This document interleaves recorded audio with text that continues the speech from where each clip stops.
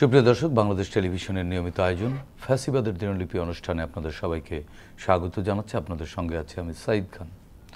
আলোচনার জন্য আমার সঙ্গে আছেন দুজন অতিথি। আমার ডান দিকে আছেন ব্রিগেডিয়ার জেনারেল অবসরপ্রাপ্ত HRM রোকনউদ্দিন, বাম দিকে আছেন বাংলাদেশ জাতীয়তাবাদী ছাত্রদল ঢাকা বিশ্ববিদ্যালয় শাখার দপ্তর সম্পাদক মল্লিক ওয়াসিউদ্দিন তামি। শাসকরা যখন জনগণের মৌলিক অধিকার কেড়ে নেয় তখনই ঘটে গণবিপ্লব। 69, 90 এবং 24-এর অভ্যুত্থান তাই বলে। জার্মানির হিটলার, ইতালির মুসোলিনি, জাপানের হিদেকি তোজো, স্পেনের ফ্রান্সিসকো ফ্রাঙ্কো এবং বাংলাদেশের শেখ মুজিব ও হাসিনা তার প্রকৃষ্ট উদাহরণ। মানবজাতির ক্যালেন্ডারের পাতাকে রক্তাক্ত করা দেশ বিদেশের এই শাসকরা জেনে গেছে অত্যাচারের ফলাফল কি হয়। গবেষণামূলক এই অনুষ্ঠানের মাধ্যমে গত সরকারের স্বৈরাচারী ও ফ্যাসিবাদী নীতির ধরনকে আমরা চিহ্নিত করবার চেষ্টা করছি, খুঁজে বের করবার চেষ্টা করছি নাগরিক অধিকার নিশ্চিতের পথ, যাতে ভবিষ্যতে আর কোনো শাসক নাগরিক স্বাধীনতাকে লঙ্ঘনের সাহস না পায়। দর্শক, আজ 13 নভেম্বর 2025। হাসিনার ফ্যাসিবাদী আমলের শুধুমাত্র এই দিনটিতে কি কি ঘটেছিল, অতিথিদের সঙ্গে আলোচনার আগে বিভিন্ন গণমাধ্যম থেকে সংগৃহীত কিছু সংবাদের শিরোনাম দেখে আসি। 2011 সমাবেশে মির্জা ফখরুল, তত্ত্বাবধায়ক ইস্যু জনগণের কাছে জীবন্ত। 2012 সরকারের বিরুদ্ধে বললে রাষ্ট্রদ্রোহিতা, বি চৌধুরী। 2013 বগুড়ায় আওয়ামী লীগের হামলায় সাবেক এমপি, পুলিশ, সাংবাদিক সহ আহত 15। 2014 কিবরিয়া হত্যা, হারিস চৌধুরী, মেয়র আরিফ সহ আসামি 35। 2015 প্রধানমন্ত্রীর বক্তব্য কুরুচিপূর্ণ, বিএনপি। 2018 নির্বাচন পিছিয়ে 30 ডিসেম্বর, ভোটের উৎসব সব দলে। 2019 প্রশাসনে শুদ্ধি ফিজান। 2022 সরকার রিজার্ভ থেকে 1 পয়সাও নষ্ট করছে না, প্রধানমন্ত্রী। 2023 ব্যর্থ এক বিশ্বকাপের ময়নাতদন্ত। দর্শক, আমরা শিরোনামগুলো দেখলাম, এবার শুনবো আলোচনা অতিথিদের মুখ থেকে। শুরুতেই যাচ্ছি ব্রিগেডিয়ার রোকনউদ্দিন, আপনার কাছ থেকে শুনতে চাচ্ছি 2011 সালের একটি খবর। সমাবেশে মির্জা ফখরুল ইসলাম আলমগীর বলেছিলেন, তত্ত্বাবধায়ক ইস্যু জনগণের কাছে জীবন্ত। আমরা কার্যত দেখলাম এখনও সেই দাবি বা আর্গুমেন্টটি রয়ে গেছে। বিগত রিজিম আসলে এই তত্ত্বাবধায়ক সরকার পদ্ধতি, যে তত্ত্বাবধায়ক সরকার পদ্ধতি খারাপ পদ্ধতি, এটি কেন তাকে চিহ্নিত করতে হলো, কেন এটিকে বাতিল করতে হলো, যদিও এর আগে কিন্তু 2টি নির্বাচন 3টি নির্বাচন অন্তত স্বচ্ছ হয়েছে, তুলনামূলক স্বচ্ছ হয়েছে। গণতন্ত্রে যদিও শতভাগ স্বচ্ছ শব্দটি বলা অনেক মুশকিল, কারণ বিতর্ক থাকবেই। কেন আসলে বাতিল করতে হয়েছিল? আসলে এর পেছনে সুদূর প্রসারী কোনো ভূ রাজনৈতিক চক্রান্ত বা কোনো চক্রান্ত ছিল কিনা? স্বৈরাচারী হাসিনা ক্ষমতায় আসার পর থেকে ওরা আসলে উদ্দেশ্যমূলকভাবে, কারণ at the back of their mind তাদের ছিল যে পরবর্তীতে যারা যে কর্মকাণ্ডগুলো করেছে, পরপর প্রতিটি ইলেকশন কারচুপির মাধ্যমে করেছে, ষড়যন্ত্রের মাধ্যমে করেছে এবং ইচ্ছাকৃতভাবে আইনকে, জনগণের আশা আকাঙ্ক্ষাকে বৃদ্ধাঙ্গুলি দেখিয়ে তারা দিনের ভোট রাতে করল এবং ভোটাররা ভোটাধিকার থেকে বঞ্চিত হলো। দেশে থেকেও, এলাকায় থেকেও ভোটাররা ভোট দিতে পারেনি। সো সেই জন্যই আসলে তার প্রথম এজেন্ডা ছিল ক্ষমতায় আসার পরেই এই তত্ত্বাবধায়ক সরকার ব্যবস্থাটিকে বাতিল করা, এবং বাতিল করার এই একটা মাত্রই উদ্দেশ্য ছিল, আমি বলবো যে যাতে তাদের এই ক্ষমতায় আসাটাকে পাকাপোক্ত করে তাদের নিজেদের ইচ্ছামতো নির্বাচন ইঞ্জিনিয়ারিং করে তারা ক্ষমতায় আসতে পারে এবং তাদের এজেন্ডাগুলো পুরো করতে পারে। এবং তাদেরকে আপনি যেটা বললেন ভূ রাজনীতিক ব্যাপারে, আসলে এখানে আমাদের পার্শ্ববর্তী দেশ তাদের ডিপ স্টেট কিছু পলিসি আছে। তারা আসলে চাচ্ছিল এমন একটি সরকার, শেখ মুজিবকে চেয়েছিল রাখতে, কিন্তু আমাদের দেশের দেশপ্রেমিক সেনাবাহিনীর কিছু সদস্য যখন লক্ষ্য করলো যে দেশ ভারতের কাছে বিক্রি হয়ে যাচ্ছে, তার বাকশাল, রক্ষী বাহিনী এইসব কিছুর মাধ্যমে শেখ মুজিব স্বৈরাচার রূপ ধারণ করলো, গণতন্ত্র থেকে সে স্বৈরাচারে রূপ নিল, তখন ফেসিবাদে রূপ নিল, তখন তাকে অপসারণ করা হলো, দেশকে প্রথমবারের মতো উদ্ধার করলো। একইভাবে কি সেনাবাহিনী করেছিল, এর পেছনেও কোনো চক্রান্ত ছিল? এর পিছনে কোনো চক্রান্ত ছিল না। এর পিছনে আমি যদ্দূর জানি, আমার স্টাডিজ, অন্যরা মে ডিফার, বাট আমি যেটা বলবো এর পিছনে কোনো চক্রান্ত ছিল না। আপনি দেখেন মিষ্টি বিলি হয়েছিল, রাইট? মিষ্টির দোকানে মিষ্টি পাওয়া যাচ্ছিল না, এগুলো তো সঠিক, আমরা খবর পড়েছি, এবং আমিও তখন হাই স্কুলের ছাত্র, আই রিমেম্বার। তো জনগণ স্বতঃস্ফূর্তভাবে জিনিসটাকে মেনে নিয়েছিল, যদিও শেখ মুজিব তার পরিবার সহ নিহত হয়েছিল, বাট আক্ষেপের বিষয় মানুষের এত ঘৃণা, এত নিপীড়িত, এত লাঞ্ছিত হয়েছিল যে তাদের মনে একটুও সহানুভূতি জাগেনি। সেই জন্য তারা মিষ্টি বিতরণ করেছে এবং খুশি হয়েছে, উৎফুল্ল হয়েছে। পরবর্তীতে ভারত তখন থেকে প্ল্যান করা শুরু করলো যে ফর লং টাইম, দীর্ঘ সময়ের জন্য তাদের একটা সরকার আনতে হবে। তখন তারা শেখ হাসিনা তো ওদের দেশেই ছিল, আপনারা জানেন, 75-এর পর। এবং আমি বলবো প্রেসিডেন্ট জিয়া তার এই যে মহানুভবতা দেখিয়ে আমি বলবো যে উনি একটি রাজনৈতিক ভুল করেছেন এই শেখ হাসিনাকে দেশে আসতে দিয়ে 75-এর পর। এবং উনি যখন ক্ষমতায় আসলেন, সেটা কি 81-এ শেখ হাসিনাকে দেশে ফিরিয়ে আনাটা? হ্যাঁ, দেশে ফিরিয়ে আনাটা ভুল বলছেন? হ্যাঁ, এটা কি ছিল না? এটা ভুল করছে, কারণ আমরা তো দেখলাম, কারণ তাকে উনি তো উদার গণতন্ত্রে বিশ্বাসী। আমি অন্য দিক থেকে বলতেছি। আচ্ছা আচ্ছা। রাষ্ট্রপতি জিয়াউর রহমান আত্মঘাতী সিদ্ধান্ত নিয়েছেন। হ্যাঁ, রাষ্ট্রপতি জিয়াউর রহমান আমাদের ইতিহাসে একটি উজ্জ্বল নক্ষত্র, এবং সেই জন্য সে জাতীয়বাদী চেতনায় ভারতের আগ্রাসন বিরোধী যেই রাজনীতি আমাদের এখানে বহু দলীয় গণতন্ত্রের সূচনা করেছিলেন, এবং তাকে তো করতে দেয়নি, এবং এটা আমাদের পার্শ্ববর্তী দেশ ভারত এটা পছন্দ করছিল না। এবং আমি বলবো ডিপ স্টেট তাদের এই যে কর্মকাণ্ডের মাধ্যমে, ষড়যন্ত্রের মাধ্যমে 81-তে জিয়া হত্যার পিছনে তাদেরও হাত আছে। তারপর যখন শেখ হাসিনা যেই 6 বছর ওখানে ছিল, তাকে মগজ ধোলাই করে আমাদের দেশে পাঠালো, এবং সে ক্ষমতায় আসলো।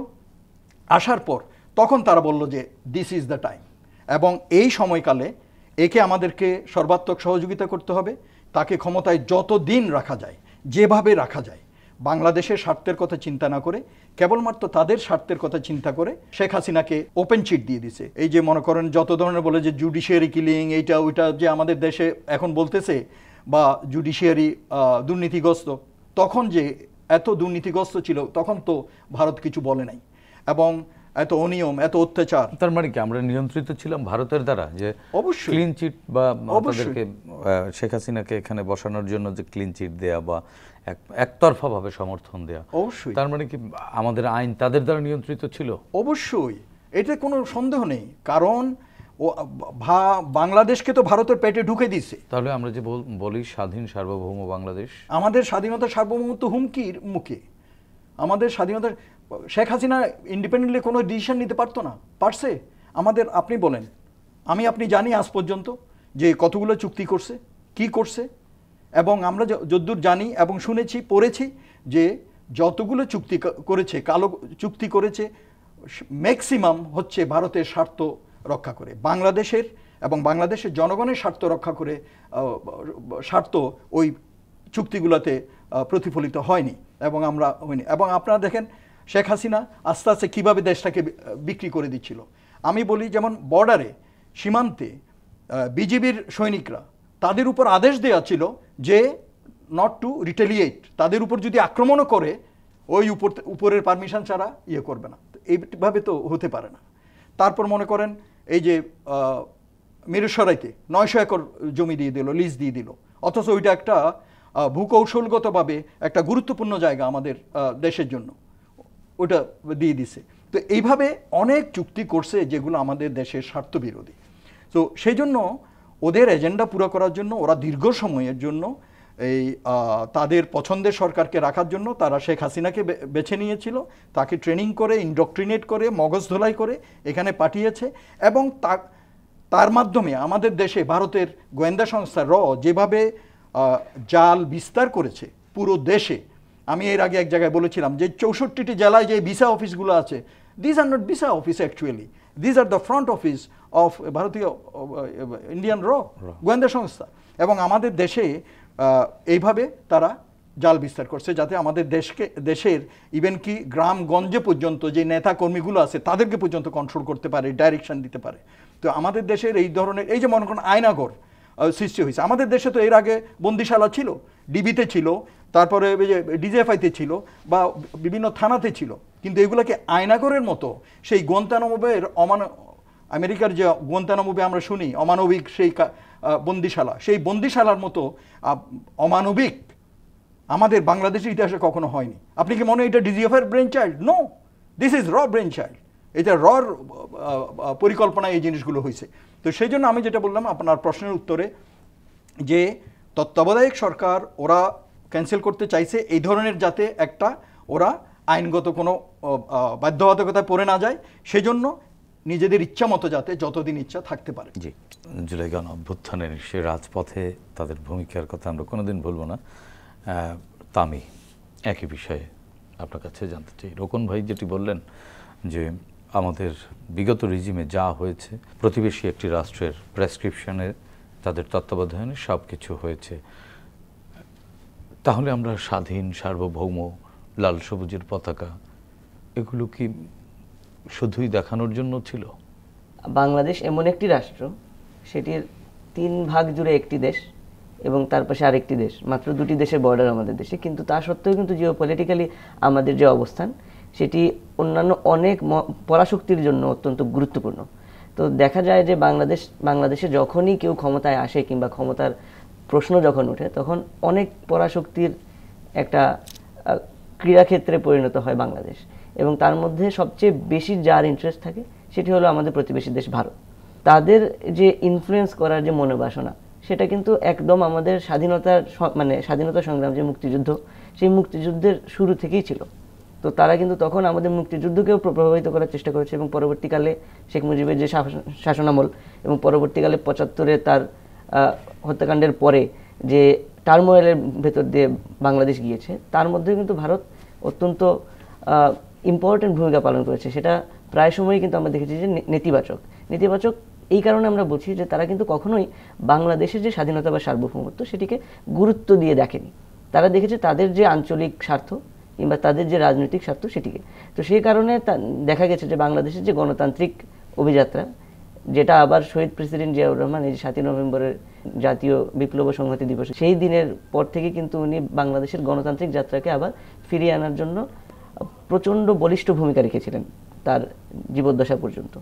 তো সেটিকে আবার ব্যাহত করার জন্য কিন্তু তারা আরেকজন ক্রীড়নককে বসিয়েছিল ক্ষমতায়, এবং তারপরেও তারা শেখ হাসিনার মাধ্যমে আবার যে ফ্যাসিবাদ সেটি কায়েম করে কিন্তু তাদের যে রাজনৈতিক স্বার্থ সেটি হাসিলের পক্ষে দাঁড়িয়ে গিয়েছিল, এবং সেটি হাসিল করার জন্য অনেক সময় দৃষ্টিকটু ভূমিকায় অবতীর্ণ হতেও কিন্তু আমরা তাদেরকে দেখেছি। তো সেই দিক থেকে দেখলে এটা কি দৃষ্টিকটু না ভয়ঙ্কর? দুটোই। কারণ প্রথমত আপনি যেটা চোখে দেখবেন সেটি অত্যন্ত দৃষ্টিকটু, আপনি সেটিকে সমালোচনা করবেন, কিন্তু ভেতরে ভেতরে যা ঘটে যাচ্ছে সেটি কিন্তু এই যে ফ্যাসিবাদের পতনের আগ পর্যন্ত আমরা হয়তো চোখের সামনে দেখতে পারিনি। তো সেই কারণে দেখা গেছে যে আমি একটা দৃষ্টিকটু জিনিসের সমালোচনা করছি, সেটাকে আপনি বলবেন যে না, অযথাই হয়তো তুমি করছো, যে তোমার এইখানে হয়তো প্রমাণ নেই, কিন্তু প্রমাণ কিন্তু আমরা পেলাম। এই যে আমরা আয়নাঘর পেলাম এবং আরও বিভিন্ন বিষয়ে ভারতের সরাসরি নগ্ন হস্তক্ষেপ আমরা দেখেছি। তো সেসব বিষয় কিন্তু দৃষ্টিকটু থেকে এখন দেখলাম যে এগুলোর পেছনে একটা ভয়ঙ্কর ষড়যন্ত্র ছিল। জি, তো আমি আপনার আলোচনায় আমি আর একটু যোগ করি। 2012 সালেই বদরুদ্দোজা চৌধুরী তিনি বলেছিলেন, সরকারের বিরুদ্ধে বললেই রাষ্ট্রদ্রোহিতা। আমরা দেখেছি যে সরকারের বিভিন্ন কর্মকাণ্ডের গঠনমূলক সমালোচনা বা কোনো প্রকার সমালোচনা করলেই রাষ্ট্রদ্রোহিতার অভিযোগে অনেক শিক্ষক, এমনকি ছাত্রীদের পর্যন্ত দীর্ঘদিন কারাগারে থাকতে হয়েছে, নানান মামলার ঘানি টানতে হয়েছে। সমালোচনা করা যাবে না? গণতন্ত্র তো হচ্ছে গণতান্ত্রিক পদ্ধতি হচ্ছে যে প্রশ্ন করা যাবে, প্রশ্ন করতে পারার সুযোগ থাকবে, নাগরিক রাষ্ট্রকে প্রশ্ন করবে, জনগণ ক্ষমতাকে প্রশ্ন তুলতে পারবে, সেটিই তো হচ্ছে আসলে গণতন্ত্র। তো আপনি একদিকে মানে ভয়ের সংস্কৃতি জারি করে অন্যদিকে উন্নত গণতন্ত্রের কথা বলা, আবার এই যে রাষ্ট্রদ্রোহ, কথায় কথায় রাষ্ট্রদ্রোহ বিষয়টি তো অনেক ভারী বিষয়। নিশ্চয়ই রোকন ভাইয়ের কাছ থেকে আরও একটু মানে তাত্ত্বিক ব্যাখ্যা বা একাডেমিক ব্যাখ্যা আমরা শুনবো। আপনার কাছ থেকে একটু শুনতে চাই যে এই যে রাষ্ট্রদ্রোহ, এই টার্মটি আসলে আপনারা কিভাবে দেখেন এই প্রজন্ম? আমি একজন আইনের ছাত্র, তো সেই হিসেবে রাষ্ট্রদ্রোহের যে কনসেপ্ট আছে সেটি কিন্তু আসলে খুবই ভেগ, এবং এটি যে কোনো সরকারের পক্ষ থেকে ব্যবহার করাটা, এটা কিন্তু তাদের যে নিয়ন্ত্রণবাদী যে একটি মনোভাব সেটিকে প্রকাশ করে। এবং আমরা দেখেছি যে বিগত যে ফ্যাসিবাদী সরকার ছিল, তারা কিন্তু নানা সময়ে এই বিভিন্ন নামে বিভিন্ন ইম্পোজিশন ক্রিয়েট করেছে। যে না, একবার বলেছে রাষ্ট্রদ্রোহ, আরেকবার বলেছে যে সামাজিক যোগাযোগ মাধ্যমে বিভিন্ন ধরনের মানে উস্কানিমূলক কর্মকাণ্ড, এবং এই ধরনের বিভিন্ন ধরনের অপরাধ তারা সৃষ্টি করে মূলত কিন্তু যে এই যে মুক্ত চিন্তা এবং মুক্ত বাক, সেটিকে মানে যত বেশি সাঁড়াশির মধ্যে তারা ফেলতে পেরেছে, যতটুকু সংকুচিত করতে পেরেছে তারা কিন্তু করেছে। এটার মূল উদ্দেশ্য কিন্তু যে আমরা মুক্ত চিন্তা এবং বাকস্বাধীনতাকে সংকুচিত করা। এখানে অপরাধটি কখনোই মুখ্য না। তো আপনারা দেখবেন যে এই যে রাষ্ট্রদ্রোহিতা, এটি কিন্তু মূলত ছিল সরকারদ্রোহিতা। কারণ আপনি কিন্তু বাংলাদেশে যে সরকার থাকে তার সমালোচনা করার অধিকার কিন্তু সকল নাগরিকের আছে, যেহেতু নাগরিকের ভোটে নির্বাচিত হয়। অবশ্যই। তো আমরাই তো এই যে রাষ্ট্রটির সকল ক্ষমতার মালিক বলা হয় সংবিধান অনুসারে।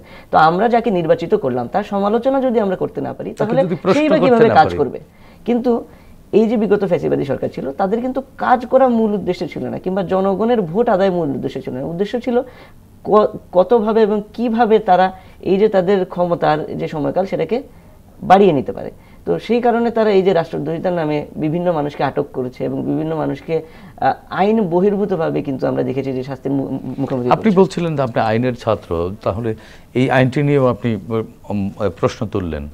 আসলে কি এই আইনটি যথার্থ আইন আছে কিনা বাংলাদেশের পার্সপেক্টিভে, যে রাষ্ট্রদ্রোহিতার যে আইনের যে জায়গাটা, সেই আইনটি কি যথার্থ কিনা, বা আইনটিকে কি সংস্কার করা দরকার কিনা? সেদিক থেকে আসলে এটা অনেক বড় একটা বিতর্ক। কারণ আপনারা জানবেন যে আমাদের যে দণ্ডবিধি আছে সেটাও কিন্তু 1860 সালের পর থেকেই বাংলাদেশে আছে। তো সেটার নেসেসারি যে অ্যামেন্ডমেন্ট দরকার ছিল বাংলাদেশের স্বাধীনতার পরে বলেন এবং বর্তমানে যে আধুনিক যুগে, সেটি কিন্তু খুব একটা করা হয়নি।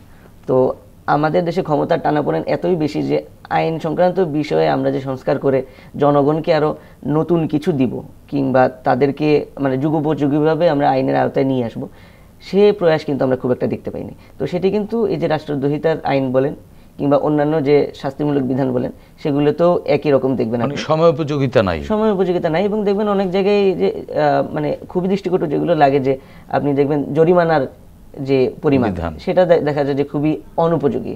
আবার দেখা যায় যে শাস্তি বিধান অনেক ক্ষুদ্র ক্ষুদ্র বিষয়ের জন্য অনেক বড় শাস্তি দেওয়া, আবার অনেক বড় বিষয়ের জন্য কোনো শাস্তি নেই। তো সেসব আসলে আবার নতুন করে পর্যালোচনা করার একটা সময় এসেছে। আশা করব যে সামনে নির্বাচিত যে সংসদ আসবে সেখানে আরও কার্যকরীভাবে এবং গুণগতভাবে এইসবের আবার পুনর্বিবেচনা করা হবে, সময় উপযোগিতা দেওয়া হবে। হ্যাঁ। তো আর রাষ্ট্রদ্রোহিতার যে আইনটি বর্তমানে আছে সেটি কিন্তু আসলে আমার কাছে মনে হয় যে অনেক ব্রড। মানে বিগত 1860 সালে আপনারা জানবেন যে তখন ব্রিটিশ শাসন আমল ছিল, তো তারা ব্রিটিশদের বিরুদ্ধে তো কথাই বলা যেত না। হ্যাঁ, কথাই, কারণ তারা এই দেশে এসেছিল শাসন করতে নয়। বর্তমানে যে রাষ্ট্র ব্যবস্থা আমরা চাই, কিংবা স্বাধীন বাংলাদেশে আমরা তো সেই রকম রাষ্ট্র ব্যবস্থা চাই না যারা আমাদেরকে শাসন করবে। তারা জনগণের প্রতিনিধি হিসেবে সেবা করবে। তারা তো বলে সেবা করার কথা। জি। তো সেবামূলক একটি রাষ্ট্র, একটি কল্যাণ রাষ্ট্র যদি আমরা কল্পনা করি, সেখানে এইরকম একদম সাঁড়াশির মতো একটি আইন থাকবে, সেটি আসলে প্রত্যাশিত না। তো এইরকম আইনগুলো সামনের দিনে যে নির্বাচিত সংসদ আসবে তারা আরও উদারভাবে এবং আরও কার্যকরীভাবে আলোচনা করবে এবং পুনর্বিবেচনা করবে বলে আমার আশা রাখি। জি, ধন্যবাদ তামি। একই বিষয়ে রোকন ভাই, তামি কিন্তু অত্যন্ত গুরুত্বপূর্ণ একটি জায়গায় কথা বলেছেন, যে আমাদের আইনগুলো প্রায় 150-200 বছর আগের, সেই আইনে সময়োপযোগিতা এবং নানান বিষয়ে তিনি তরুণ হলেও আইনের ছাত্র হিসেবে প্রশ্ন তুলেছেন এবং প্রত্যাশা করেন যে পরবর্তী যে পার্লামেন্ট আসবে সেই পার্লামেন্টে এটি নিয়ে বিতর্কের মাধ্যমে বা আলোচনার মাধ্যমে সেটি সময়োপযোগী করা হবে। আপনার কাছে বিষয়টির ব্যাপারে আমি সম্পূর্ণ একমত। আসলে শুধু এটা তিনি বলেছেন যে ব্রিটিশরা আইন করেছিল শোষণ করবার জন্য, শাসন করবার জন্য, কল্যাণের জন্য নয়, সেবার জন্য নয়। আইন সব ক্ষেত্রেই আছে। একটা হচ্ছে দেশের আইন, এই যে বলল ফৌজদারি আইন, তারপর আরো বিভিন্ন আইন আছে, তারপর বিভিন্ন এই যে বাহিনীগুলো, যেমন আমাদের সামরিক বাহিনীতে ডিফারেন্ট আইন আছে, এবং এগুলো পর্যালোচনা করলে আপনি দেখবেন এই আইনগুলো যখন করা হয়েছিল ব্রিটিশরাই করছে, এবং ওইটা লিগেসি হিসাবে ওই যে ব্রিটিশের পরে আমরা লিখলাম পাকিস্তানের জায়গায় এখন আমরা ফ্লুইড করে লিখলাম বাংলাদেশ, এইভাবেই কিন্তু চলতেছে। আইন কিন্তু ঠিকই আছে, কিন্তু এখানে আমার একটা কথা হচ্ছে যে প্রেক্ষাপট বদলিয়েছে, আমাদের সামাজিক আর্থসামাজিক অবস্থা এবং আমাদের যে একটা স্ট্যাটাস, আমরা স্বাধীন সার্বভৌম দেশ, এইগুলো পরিবর্তন হয়েছে। রাজনৈতিক যে অবস্থা আমাদের দেশে, যেই কাঠামো, যেই চর্চা, যে আচরণবিধি, এগুলো সব কিছু মিলিয়ে আমি বলবো যে সব আইনের সংস্কার দরকার আছে। আইন কিন্তু অনেক আছে যেগুলা ব্রিটিশরা করছে ওদের স্বার্থের জন্য,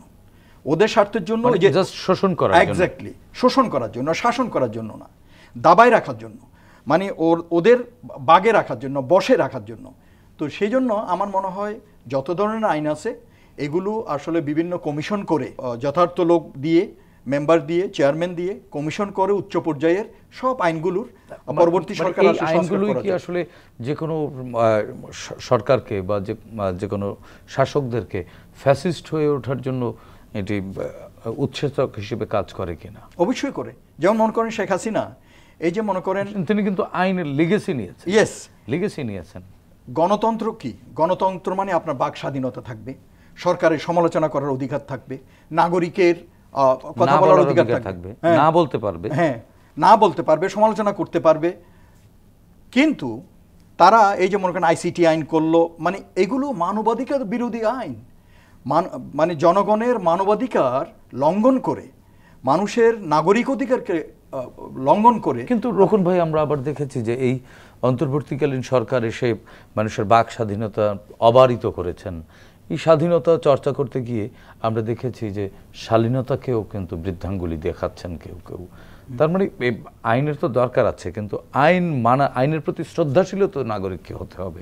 এইটা কিন্তু আসলে জরুরি বিষয়। এটা আমাদের বিভিন্ন জায়গা থেকে, আমাদের দেশে এই 8ই অগস্টের পর থেকে অনেক স্কলার এবং বিভিন্ন ফোরামে এই জিনিসটা আলাপ হয়েছে যে আইনের সংস্কার প্রয়োজন আছে। পরবর্তী যেই সরকারে আসুক তাদের কিন্তু এটা প্রায়োরিটি ওয়ার্ক হওয়া উচিত, যে প্রচলিত যেই বিভিন্ন আইন আছে যেগুলো মানবাধিকার বিরোধী, জনগণের স্বার্থ বিরোধী এবং দেশের স্বার্থ বিরোধী, এবং যেটা বটলনেক ক্রিয়েট করে ইজি করে দেওয়া উচিত, এইভাবে মানে সংস্কারের প্রয়োজন আছে। আর আপনি যেটা বললেন গণতন্ত্রের অবারিত চর্চা করতে গিয়ে আবার এটাকে অনেকে মিসইউজ করে, বাক স্বাধীনতা। আর স্বৈরাচারের চরিত্রই হচ্ছে দাবাইয়ে রাখা, কথা বলতে দেবে না, আপনি তার সমালোচনা করলে আপনাকে অ্যারেস্ট করবে, এবং সেই জন্য দেখছেন আপনিও তার শিকার হয়েছেন, আপনি গুম হয়েছেন, আপনি সাংবাদিক ছিলেন, তারপরে এই যে মনে করেন আমাকে দেশ ছাড়তে হয়েছে, এরকম কত সাংবাদিক দেশ থেকে চলে গেছে, উইনো। সেই জন্য ওরা চাইছে যে যেমনি হোক তাদের মতের বিপরীতে যারা যায় তাদেরকে দাবায় রাখা বা তাদেরকে নিপীড়ন করে রাখা, এটা। আর বর্তমানে অবারিত স্বাধীনতা পাওয়ার কারণে এই বাক স্বাধীনতার কথা বলতে গিয়ে আপনি দেখেন মিডিয়াতে বলেন, সোশ্যাল মিডিয়াতে বলেন, আপনি টিভির বিভিন্ন টক শোতেও দেখবেন লোকজন যে এত লাগামহীনভাবে কথা বলে, এটা আসলে খুবই লজ্জার বিষয়। কিছু রাজনৈতিক লোক, কিছু ইভেন সোকল সুশীল, তারা যে কথা বলে মানে বিলো স্ট্যান্ডার্ড কথাবার্তা বলে, গালিগালাজ করে, ব্যক্তিগত আক্রমণ করে। সোশ্যাল মিডিয়াতে আমরা এআই কন্টেন্টগুলো দেখলে আরো বেশি বিস্মিত হই। এক্স্যাক্টলি। এই গণতন্ত্র বলেন, বাক স্বাধীনতা বলেন, প্রত্যেকটা জিনিসের নাগরিকের আচরণের ভিতরেও একটা লিমিটেশন থাকতে হবে। এইগুলো না হলে সরকারকে সহযোগিতা করা হবে না। তো এখন ওই যে ও যেটা বলতেছিল দেশদ্রোহিতা, যেখানে আমি যেটা বুঝি দেশদ্রোহীর সংজ্ঞা হচ্ছে, যেমন আপনি সরকার, আমি আপনার এগেনস্টে কথা বললাম, সমালোচনা করলাম, এটা কোনোভাবেই দেশদ্রোহিতা হতে পারে না। দেশদ্রোহিতা হচ্ছে রাষ্ট্রযন্ত্র এগুলোকে বা সরকার এগুলার ক্ষতি করার জন্য যদি কেউ পরিকল্পনা করে, কাজ করে, উস্কানি দেয়, এইগুলো হচ্ছে বা রাষ্ট্রটি বিপন্ন হতে পারে, স্বাধীনতা সার্বভৌমত্ব বিপন্ন হওয়ার মতো আশঙ্কা কাজ করে। তৈরি হয়। হ্যাঁ, সেইটাই তো আমার কথা হচ্ছে। সেজন্য বর্তমানে যেসব লোকজন আপনি দেখছেন মানে এত অশ্লীল ভাষায় কথাবার্তা বলে, সাবস্ট্যান্ডার্ড কথাবার্তা বলে, তো তাদের প্রতি আমার অনুরোধ থাকবে যে আপনারা সংযত আচরণ করুন। বিশেষ করে অনেক রাজনৈতিক দলের লোকজনকে আমরা দেখি একজন একজনকে আক্রমণ করে, তো এগুলো না করে জুলাই বিপ্লবে যেই ছাত্ররা আন্দোলন করছে, রক্ত দিছে, নূতন ধারার রাজনীতির স্বপ্ন দেখিয়ে। ওর কাছ থেকে একটু শুনে আসি। তামি, আইনের প্রয়োগ এবং আইন প্রণয়ন দুইটার মধ্যে যে একটা ব্যালেন্স, সেটার বিষয়ে তারা হয়তো বললেন যে বিষয়টা হলো যে আপনি কোনো আইন আসলে এমনভাবে বানাতে পারবেন না। আইন বানানোরও একটা, আমরা এটাকে আইন বলি না, কাস্টম অথবা নরম বলি। আপনি এটাকে তো আইন দিয়ে বাড়িতে করতে পারবেন না। তো আইন বানানোটাকে যদি আমরা আইনের মধ্যে ফেলে দিই, তখন তো আইন বানানোটা কঠিন হয়ে যাবে। এই কারণে আসলে এমনভাবে আইনটা বানাতে হয় যাতে করে প্রয়োগটা সমান হয় সবার জন্য। এটা যদি সবার জন্য সমান না হয়, তাহলে এটা কালো আইনে পরিণত হয়। এবং একই সাথে এটাকে যদি আমরা কোনোভাবে ফ্ল্যাটলি ব্যবহার করতে পারি, মানে আমি এটাকে এটা দিয়ে অন্য আরেকটা কাজ করতে পারছি, কিংবা অন্য একটা বিষয়ে উদ্দেশ্য হাসিল করতে পারছি, কিংবা তাকে আমি সাঁড়াশির মতো ব্যবহার করতে পারছি, এরকম হলে কিন্তু কালো আইনে পরিণত হয়।